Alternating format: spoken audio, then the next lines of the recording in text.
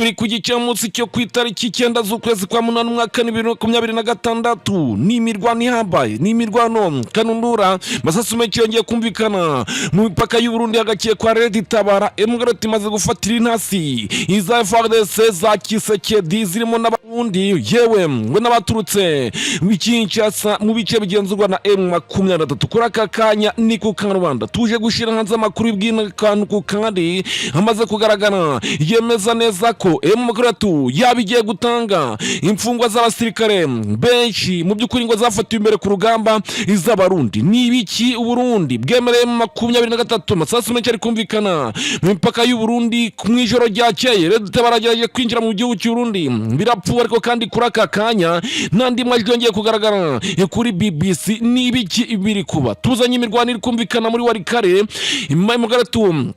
ngo yakubise irayimbagura ayifuse mgaratu ndetse n'abazerendo muri teritwari ya Walikare bongeye kurwana bikomeye kuri aka kanya ubujyaje bwa president Tshisekedi by'umwariko n'ababafasha kuyobora cyatsi n'ubuyobozi bwa Kinshasa bumaze kugaragara ayifuse mgaratu iremeza neza ko abantu bagira batandatu kuri 15 b'imfungwa bari bararekuwe na Kinshasa bamwe batandatu muri bo mu by'ukuri ngo itabaze ariko kandi kanavuga neza ko igomba guhita inabashikiriza Kinshasa n'ubugambanyi cyangwa mu by'ukuri Kinshasa ibikora ibizi ku itariki 29 z'ukwezi kwa karindwi byagaragaye neza ko yoherejwe abaturage mu Rwanda barenga 39 birangira bamwe muri bo basanzwe atari n'abafudera bw'abanye Congo kavukire ariko kandi bari borejwe mu rwego rwa diplomasi FDLR biri kuva neza ko iri gutaha bishingiye ku masezerano yasinywe ku itariki 4 z'ukwezi kwa 12 2025 kuri aka kanya turaza kubyinjiramo turengo bano bantu Kinshasa yohereje ubundi ni bantu ki nyuma yuko ribu yerekanye abantu 16 bafunzwe barimo na kazungu uruganda ingufu jini kuri aka kanya umuji wa Kigali umaze gusora itangazo rikakaye waburiye abagifite mu bubiko inzoga zakiwe izitemewe ko bagomba mu by'ukuri gwita ibazijyana aho zabugenewe nabo bakazimena uzazifatanwa byatangiye gushirwa ibihano mu rwego rwo guhangana n'ingaruka z'ubusinzi ubusambanyi uburaya ubwomanzi kuri aka kanya byanavuzwe neza ko RIB igenda guhera mu bigendanye no gufunga imbuga nkoranyambaga zimwe na zimwe zigiye zitandukanye zicyama video y'urukozasoni ndetse no kugaragaza neza ko mu by'ukuri ibintu byahinduye isura kwikubitiro haraza urubuga benshi bakunze kumva rwa TikTok urubuga rwa TikTok rukagaragaza neza RIB ikagaragaza neza ko rugiye guhita rufungwa gigitaraganya mu gihugu cy'u Rwanda nibiki ibiri kuba ibintu byongeye guhindura isura turaza kwinjira muri Leta Zunze Ubumwe za Amerika ndabona Mukambwe Joe Biden wahoze ari president wa Leta Zunze Ubumwe za Amerika wasimbuwe na Joe Biden Trump mu by'ukuri yamaze kugenda mu by'ukuri aremba bikomeye ngararwaye bikomeye cyane arwaye ibikingwa ni kanseri cyangwa se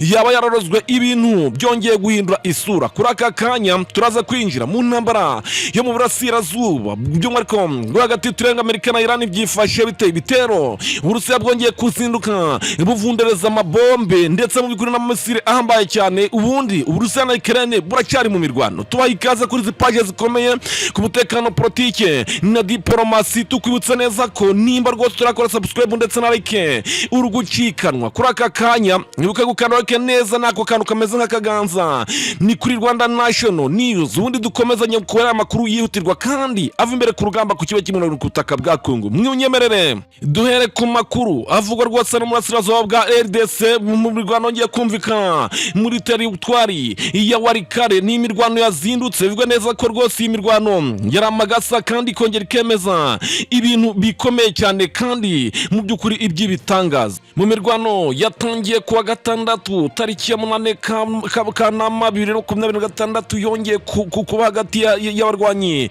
barifuse mgaratu ndetse n'inyeshyamba z'abazarendo mu mudugudu wa Misambo uherereye hano rwose muri zone ya Kisimba muri teritwari ya Walikare mu ntara ya Kivu y'Amajyaruguru nk'uko amakuru avuga ko aka gace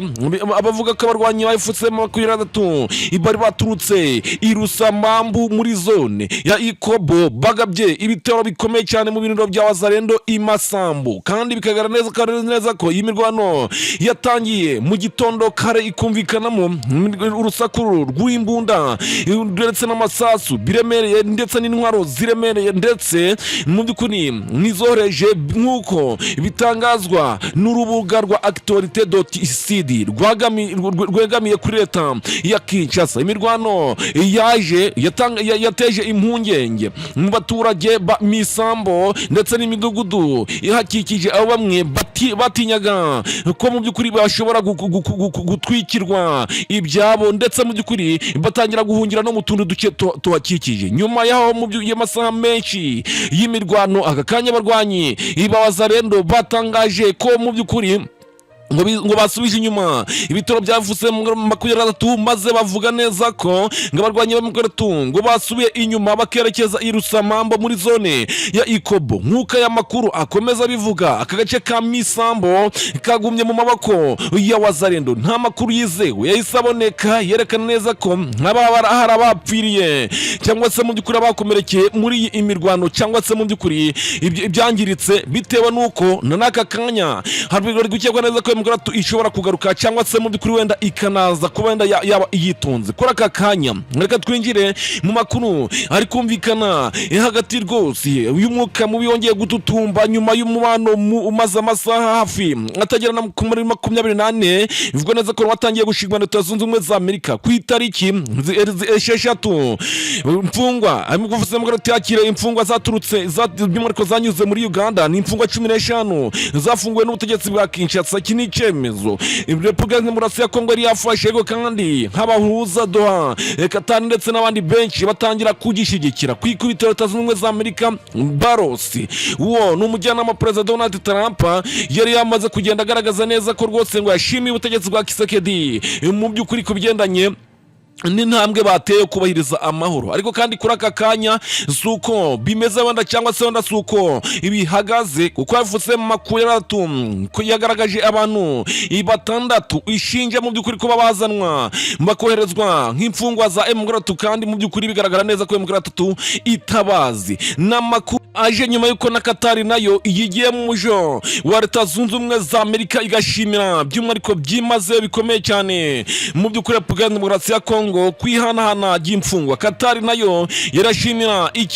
uko mu by'ukuri cyaserekurwa ry'imfungwa za FCM 23 ibyakozwe n'ubutegetsi bwa Kinshasa. Leta ya Katari yatangaje ko yishimira kurwa ryakozwe n'ubuyobozi bwa Congo ry'abantu 15 bari bafunzwe, ndetse no gushyigikira cyase no gushyikiriza abantu ihuriro rya Alliance Fleuve Congo binyuze muri komite mpuzamahanga y'umuryango utabara imbabare wa Uruwaru. Abantu 15 bafuse mu yaje gutangaza ko mu by'ukuri ngo 6 muri bo ntawo bahuriye nayo, ngo bikekwa neza ko ngo babarojwe by'umwihariko n'ubutegetsi bwa Kinshasa mu nyungu zabo bwite. Aba bantu borejwe ku itariki 6 ndetse no ku itariki 7 Kamena uyu mwaka turimo, by'umwihariko hakurikijwe uburyo bwo gukemura bwo kwegeranya imbohe ndetse n'ubugezweho, by'umwihariko no guhanahana imbohe ndetse no gukemura ibiganiro biri hagati ya 23 biteganyijwe by'umwihariko Doha muri Nzeri uyu mwaka. Bikagaragara neza ko ibintu byongeye guhindura isura nk'uko bigaragara mu itangazo ryashyizwe hanze hagaragara, ndetse na Katari iboneraho rwose ngo gushima Leta ya Congo by'umwihariko ngo kwirekurwa ry'imfungwa, kandi bakagaragaza neza ko ngo yari intambwe y'ingenzi mu gukomeza icyizere hagati y'impande zombi, kuzana umwuka imwiza ndetse no gutanga igisubizo kirambye ku mahoro by'umwihariko make ari kumvikana mu burasirazuba bwa RDC. Katari ivuga ko iyi ntambwe igomba kugira uruhare rukomeye cyane mu bikorwa bigamije guteza imbere amahoro ndetse n'ituze mu burasirazuba bwa Repubulika ya Demokarasi ya Congo muri kino gihugu. Ariko kandi afise mu garatuyo iratangaza neza ko umwe baturage yahawe bagera kuri 15 by'umwihariko harimo mu by'ukuri wenda naborejwe mu nyungu za Kinshasa. Yavuze mu 23 guhera ubwo neje kuwa 6 yakiriye abantu 15 barejwe na guverinoma ya Congo. Mu by'ukuri bikagaragaza neza ko mu bo yakiriye 6 muri bo ngo mu by'ukuri ngo byasanze naho bahuriye n'uburasirazuba bwa RDC. Yavuze mu itangazo yasohoye kuwa 8 Kamena 2026 nyuma y'uko abantu 15 bashikirijwe uyu mutwe banyuze ibuna Bunagana kuwa 7 Kanama mu gikorwa icyafashijwemo na komite mpuzamahanga cya Croix Rouge. yavuze ko bano bantu bavuye ahantu hatandukanye mu by'ukuri ngo hafungirwamo abantu muri Kinshasa, harimo gereza ya Makara, gereza ya Ndoro, ndetse mu by'ukuri nafungirwa abantu mu rwego rw'ubutasi RDC cyangwa se icyo bita RNR. Mbere yo kuja ibeni ndetse ngo nabuhava berekeza ibunagana banyuze muri Uganda. Uyu mutwe kandi wavuze ko 9 muri 15 bashyikirijwe ari bamwe mu bantu bari ku rutonde by'umwihariko rw'abazakirwa muri 768. Uyu mutwe wagejeje by'umwihariko ku buhuza bw'ibiganiro by'amahoro usaba ko baharekurwa izi mfungwa, ariko kandi na Kinshasa mu by'ukuri ngo barazira gukekwaho kuba mu by'ukuri bifatanye isano mu by'ukuri na bano bantu. Kuri aka kanya 6 muri bo afuse mgaratu Intego iri kubemera. Yavuze ko kandi umwe ari umunya-Uganda udafite isano nayo rwose mu gihugu cyase mu by'ukuri n'ahari hose. Abandi 5 ngo bafatiwe ahantu hatandukanye harimo Katanga, Ituri, Kinshasa, ngo bakaba batari ku rutonde rw'abasirikare cyase mu by'ukuri rw'imfungwa Repubulika Iharanira ya Congo izarekura zirenga 768. Yavuze iravuga ko ibi bituma ihererekanwa ry'abantu 15 ngo ritagaragara nkaho Kinshasa yashize mu bikorwa mu buryo bwuzuye ibyo yemeje mu masezerano ajanye ndetse no kurekura imfungwa za FCM 23. Uyu mutwe kandi wavuze ko irekurwa y'abantu 15 ari intambwe ishimishije, ariko kandi umubare w'abarekuwe uracyari muto cyane ugereranyije nibyo uyu mutwe wari witeze. Yavuze mugarato yasabye Kinshasa gushikiriza abahuza urutonde rwuzuye ngo kandi rugezweho rw'abafungwa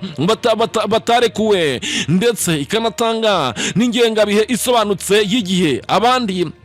bazarekurirwa. Uyu mutwe kandi wavuze ko umaze hafi umwaka ushyikiriza uyu muryango mpuzamahanga wa Croix Rouge abasirikare b'abarwanyi barwana bagera mu bihumbi bafashwe ku ruhande rwa guverinoma ya Congo, barimo ndetse n'abasirikare ba FARDC ndetse n'abarwanyi bazarendo, kugira ngo nabo bashikirize by'umwihariko bano baturage baba. Kandi bavuga ko Kinshasa itarabyakira kandi ngo inagaragaza impungenge ko mu by'ukuri ngo itazigera irekura bantu ngo bishobora ngo gukoreshwa nk'impamvu yo gukomeza gufunga abantu. Bafutse mgaratu ivuga ko bafungiye by'umwihariko bano bantu ngo bafungiwe Kinshasa, mu gihe guverinoma ya RDC ivuga ko ihererekanwa y'abantu 15 ari ikimenyetso cy'ubushake bwayo bwo kubahiriza amasezerano ya Doha. FCM yo ikavuga ko iki cyemezo cya Kinshasa ari intambwe nziza ariko idahagije. Munyemerere uje mu makuru ari kuvugwa mu Rwanda ari kuvugwa amakuru agendanywe n'ifungwa ry'abantu 16 harimo rwose n'uhuzwi inka Kazungu by'umwihariko cyase uruganda rwa Ingufu Jini. Uyu numwe mu bagabo rwose bamenyekanye hano mu Rwanda barikiye kwa mu by'ukuri kuba rwose barangirije cyangwa se mu by'ukuri barangirije ubuzima bw'abanyarwanda benshi. Kuri aka kanya ibyagaragaje neza ko leta y'u Rwanda nyuma yo guhagurukira inganda zimwe na zimwe zigiye zitandukanye izigafungwa ngo hagiye no guhagurukirwa icyitwa uburaya cyangwa se kwiyandarika ndetse n'imico mibi iterwa na zino nzoga z'ubusinzi by'umwihariko kubazifashe. Kuri aka kanya by'umwihariko ubuyobozi bwa RIB bwiyemeje ngo gufunga imbuga harimo TikTok ndetse inizi. Umuvugizi wa polisi y'u Rwanda yatangaje neza ko mbere yo kumanza rwose ngo bahiga ibinyobwa bikidagembye cyangwa se byaba bikiri ku masoko ndetse byaba bikibitswe n'abaturage, hazakurikiraho gusenya amazu akorerwa mu buraya bizwi nka guest house lodge ndetse n'ahandi utubari tumwe na tumwe ducuruza abantu. Tunabitse neza ko u Rwanda uretse yamaze gushyiraho itegeko ribuza abacuruzi ndetse mu by'ukuri n'utubari cyangwa se amahoteli gucuruza ibizwi mu by'ukuri nko gucuruza abakobwa cyangwa se mu by'ukuri kwigurisha. Kugeza kuri aka kanya mu itangazo yasohowe n'umujyi wa Kigali, mu by'ukuri umujyi wa Kigali ngo buri abagifite mu bubiko inzoga mu by'ukuri ngo zaciwe ko bazazifatana bagiye gutangira no gushyiraho n'igihano cy'igifungo by'umwihariko ku bantu bagomba kuzazifatanwa baba bari kuzinywa cyangwa se bari kuzicuruza. Kwibutsa kohereza izo nzoga ngo zakuwe ku isoko mu bubiko by'umwihariko bw'uturere. Ubuyobozi bw'umujyi wa Kigali buributsa abacuruza inzoga ngo by'umwihariko n'abazinywa kugenzura ngo barebe neza ko mu by'ukuri bimwe bari kunywa ngo bitaba byaraciwe n'ubundi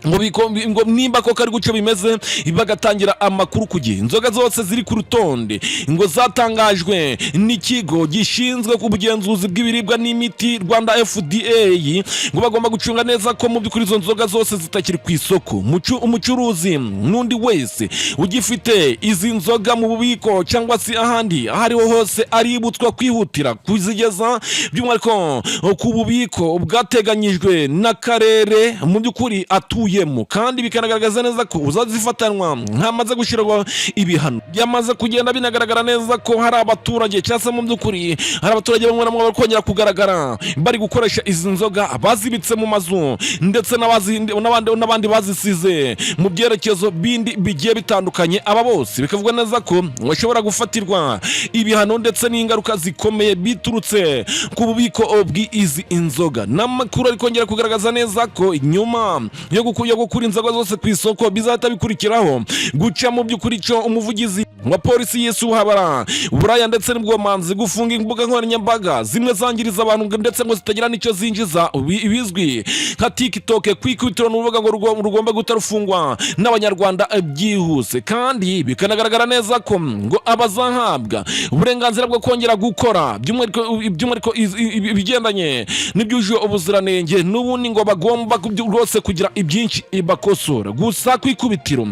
ibintu byatangaje benshi nuko n'uruganda rw'umuherwe rwose uzwi mu Rwanda bita Sina Gerard Rwenga inzoga rwafunzwe by'umwihariko kubigendanye no kutuberiza amabwiriza ndetse manabako bari gushinjwa gukoresha za etanol ndetse no kwangiriza abantu. Nubwo bigaragaza gucyariko kandi abaturage benshi b'abanyarwanda nubwo izi nzoga zateraga ubuhumyi kandi zigatera ubugumba kandi zikangiriza benshi yewe harimo n'urupfu, ariko kandi harimo n'abashimangira neza ko izi nzoga zari zitunze benshi. Amarira y'abacuruzi azahuzwa nande kuri aka kanya i Kigali baratabaza kubera amafaranga menshi by'umwihariko bahombye kubigendanye n'izi nzoga, bagasaba ikigo cy'igihugu Rwanda FDA kubigenzura neza ngo kandi bagashyiraho ibintu ba nyir'inganda ndetse no gushaka ukuntu leta ishobora kongera gufasha abacuruzi barangwe izi nzoga, cyane cyane ko hariho n'inganda zakoraga by'umwihariko uzibyemeye. Ninde mu by'ukuri zishyira kino gihombo cyabona abaturage kwikubitiro biravuga neza ko rwose ibintu byongeye guhindura isura, kandi bikanagaragaza neza ko leta icyo yitaye ari ubuzima bw'abaturage kuruta mu by'ukuri ibihombo by'amafaranga bahombe ariko babeho. Bikagaragaza neza ko izi nzoga zari zitunze abantu benshi kandi cyane, ariko kandi bikanagaragara neza ko kwikubitiro hashobora kongera kugaruka ibizi nka gakondo, ikigage ndetse mu by'ukuri n'ibindi byinshi bigiye bitandukanye by'imitobe, ariko kandi nabyo bikajya bigenzurwa kuko n'ubundi harimo n'abakoreshamo etanol kugira ngo babashe kuba batubura. N'amakuru n'ubundi tugiye gusoreza mu burasirazuba bwo hagati, ariko kandi tuma twaje muri Leta Zunze Ubumwe za Amerika tukubwira by'uburwayi bwa Job Hunter Biden yatangaje ko kanseri ya prostate irembeje se Joe Biden wahoze ari perezida wa Leta Zunze Ubumwe za Amerika urwaye ngo yamaze gukwirakwizwa mu bindi bice by'umubiri ngo kandi akaba mu by'ukuri imutera ububabare bukomeye ndetse ikanamuca intege. Kuri aka kanya mu kiganiro Hunter Biden yagiranye na BBC News ku wa gatanu yavuze ko mu by'ukuri kubana n'uburwayi bwa se ari ibintu bibabaje cyane by'umwihariko ku muryango wabo. Yagize ati kanseri yarakwirakwiye igera mu magufa ndetse no mu bindi bice, irababaza cyane ngo kandi imuca intege bikomeye cyane. Joe Biden w'imyaka 83 niwe wabaye perezida wa Leta Zunze Ubumwe za Amerika ukuze kurusha abandi. Imyaka ye n'ubuzima bwe byakunze guteza impungenge mu myaka 4 yamaze ku butegetsi. Biden yatangaje ko arwaye kanseri muri Gicurasi 2025, ashyira hanze igihe mu by'ukuri ngo kitageze ku mezi 4 avuye White House. Ibiro bye byatangaje ko iyi kanseri yari ku rwego rwa 9 ku gipimo mu by'ukuri ngo cyo hejuru cyane, ngo cyifashishwa kuri kanseri ya prostate. Iyi ngiyi rwose ikabishira mu cyiciro ngo cya 5 ari nacyo gikomeye kurusha ibindi. Muri Nzeri 2025 yabazwe kanseri y'uruhu by'umwihariko ngo hakoreshejwe uburyo bwo gukuraho uduce duto tw'uruhu kugeza mu by'ukuri ngo abaganga bageze ku gice mu by'ukuri ngo kitarimo uturemangingo twa kanseri. By'umwihariko mu ukwakira umwaka washize nabwo ngo yakoresheje ubuvuzi by'umwihariko bwo kwivura kanseri ya prostate. Joe Biden umugore we Joe Biden muri Gicurasi yabwiye CBC News ko menya umugabo we arwaye kanseri ibyababaje kandi ngo kubimenya byaramubaje cyane, ngo kandi ngo binaramutungura cyane, by'umwihariko binababaza n'umuryango. Yasobanuye ko iyi kanseri itigeze imenyekana igihe Biden yari akiri muri White House. Yavuze ko kandi abaganga bari baragaragaje ko abagabo barengeje imyaka 70 ngo batagomba gukorerwa buri gihe ikizamini cy'amaraso cyangwa se cya PCA, kuko kanseri ya prostate akenshi ihura cyangwa se ikura ubuhoro. Hunter Biden yavuze ko nubwo uburwayi bwa se bukomeye cyane ngo kandi bukomeje kugenda bukubatera agahinda, adakunda kugaragaza ubabare afite. Ati birababaje cyane kubireba. Icyo navuga ku buzima bwa papa muri iki gihe by'umwihariko nuko nakwifuza ko mu by'ukuri yaje avuga cyane uko ababara, kuko mu by'ukuri ameze nabi cyane. Nubwo Joe Biden hanganye n'uburwayi, umuhungu we yavuze ko agikomeza kugaragara mu ruhame ndetse no kuvuga ku kibazo abona by'umwihariko kubafitiye Amerika akamaro. Joe Biden kandi ateganya gusohora igitabo kivuga ku buzima bwe cyiswe Promise Me America cyangwa se isezerano ryanjye nahaye Amerika. Munyemerere cyane gato rwose dusubire kuri ano makuru kumvikana n'amasoroza bwa RDC ryahuriro si 64 yamaganye ihohoterwa ngo rikorerwa abatavuga rumwe n'ubutegetsi bwa RDC. Kuri aka kanya ihuriro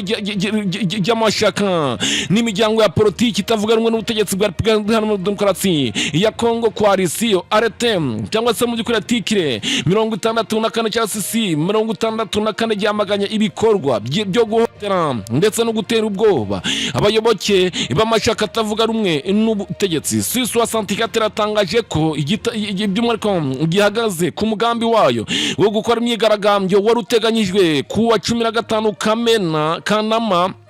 2026, ariko kandi rero ryavuze neza ko nubwo ibikorwa by'imyigaragambyo byaba mu by'ukuri ngo byarasubitswe ngo bishobora kongera gutegurwa mu gihe mu by'ukuri ubuyobozi bw'igihugu ngo butaba bwatanze igisubizo gifatika ku bibazo mu by'ukuri ngo bisabwa byatanzwe. Mw'iri tangazo ryayo CCO64 ngo ryasabye ko cyese wo wita Aubini Maniko ndetse n'uwo bita Ramazani Shadari guhabwa ubutabera by'umwihariko ku bigendanye n'ibyo bakorewe, by'umwihariko ngo bakorewe urubozo, ngo by'umwihariko ngo barashimangira ko uburenganzira bwabo ngo bugomba kubahirizwa ngo bushingiwe ngo ku mahame y'ubutabera ndetse n'ubutegetsi bugendera ku by'umwihariko ku mategeko. Rero kandi ngo ryashimye icyemezo cyo gusubiza Olivier Kamitatu by'umwihariko pasiporo ye ndetse yari yarafashwe ngo n'ubutegetsi bwa RDC, riravuga ko ari intambwe igana ku by'umwihariko mu kubahiriza uburenganzira bwa politike. Suso Santikatere yasabye abayobozi baryo, amashyaka atavuga rumwe n'ubutegetsi ndetse n'imiryango y'imbere mu gihugu gukomeza kuba maso ndetse no kwitegura mu gihe ngo mu by'ukuri ibintu gukomeza kugenda biba bibi, ngo bagomba gukomeza guharanira kubahirizwa itegeko nshinga, amategeko ndetse n'ubwisanzure bw'abaturage. Nubwo bimeze gutya, rero ryatangaje ko ngo rizakomeza gukurikirana hafi ibibera muri RDC, ngo by'umwihariko ibijyanye n'ubwisanzure bwa politike ndetse n'uburenganzira bwabo gukora imyigaragambyo mu mahoro. Kuri aka kanya mwihangane rwose nabivangavanze, ariko kandi mumbabarire, reka tujye ku makuru kumvikana ko RIB yamaze gufunga uruganda rw'umuherwe mu Rwanda Sinageradi. N'uruganda rwafunzwe kubera inzoga zitari ku rwego cyase mu by'ukuri zituje ubuziranenge. Urwego rw'igihugu rw'ubugenzacyaha RIB rwatangaje ko igice cy'uruganda rwa Sinageradi gikorwamo ibinyobwa bisembuye cyafunzwe nyuma y'uko hamenyekanye ko ngo hakorerwaga inzoga ngo zitari zujuje ubuziranenge busabwa. Umuvugizi wa RIB Dogita Murangira Bitseri by'umwihariko yabitangaje ku itariki 8 Kanama, ubwo RIB yerekanaga mu by'ukuri yerekaga abanyamakuru abantu